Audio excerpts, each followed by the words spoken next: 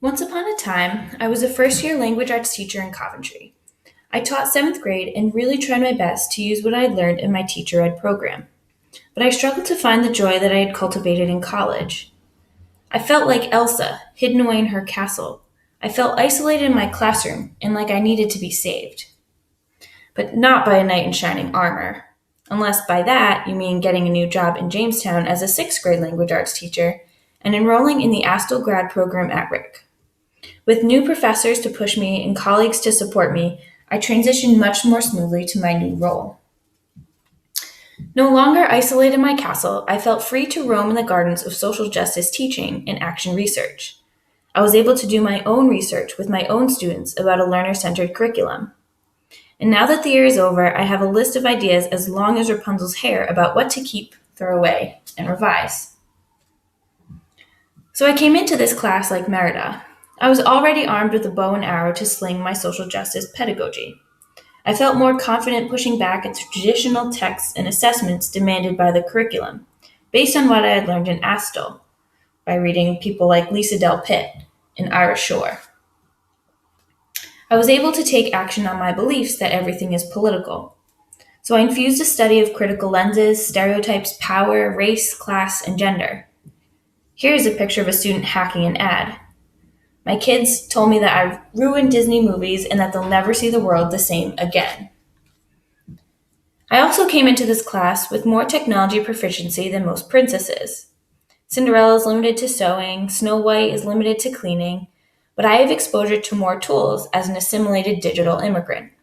I already use Blogger and all things Google, Prezi, and even storyboard that.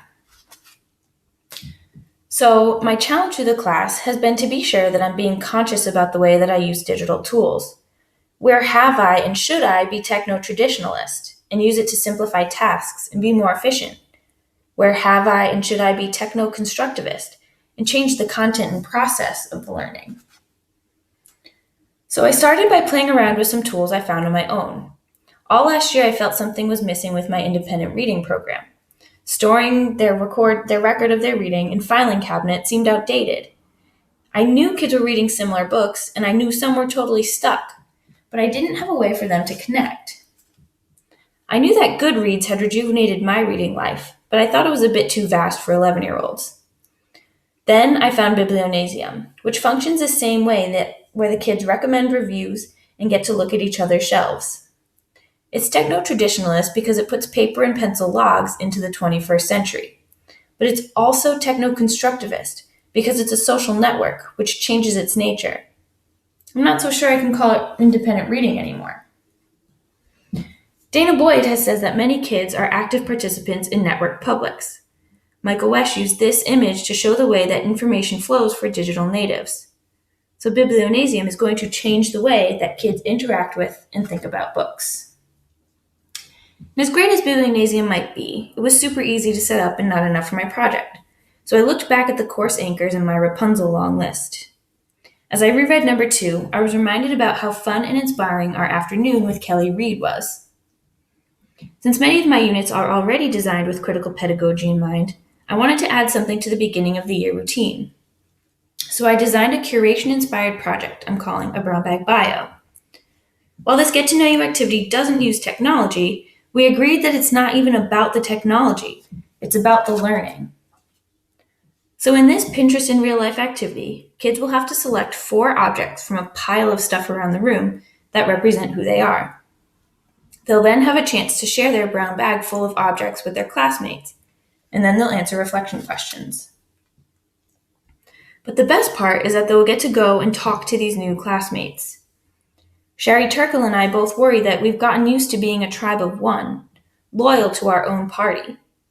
So this activity is a way to teach patience, to provide real listeners, to look up and to start a conversation, like these students in this picture. So for my final climb up Rapunzel's braid, I wanted to do something related to media as ideology. Though I didn't name it that way, this is an assumption that grounds my Media Busters unit that I created earlier this year. And so last year, kids were emailing me about sexist messages in commercials and spoken word poems about changing the world. I had tried to share these connections with the rest of the students, but I didn't always have time. which is pathetic. These cultural artifacts were the best proof that they were wearing the critical lenses we tried on in class. They were the best proof that they were actually learning. So then I knew I had to create a space for these connections to be shared more widely and easily. So I decided to create another blog with a separate email address that the students can email their IRLs in real lives to and post automatically, like we do for our blog. The Language Arts IRL blog feed will appear on my current blog, so everything is easy and housed in just one place. I definitely wouldn't have thought of that before this class.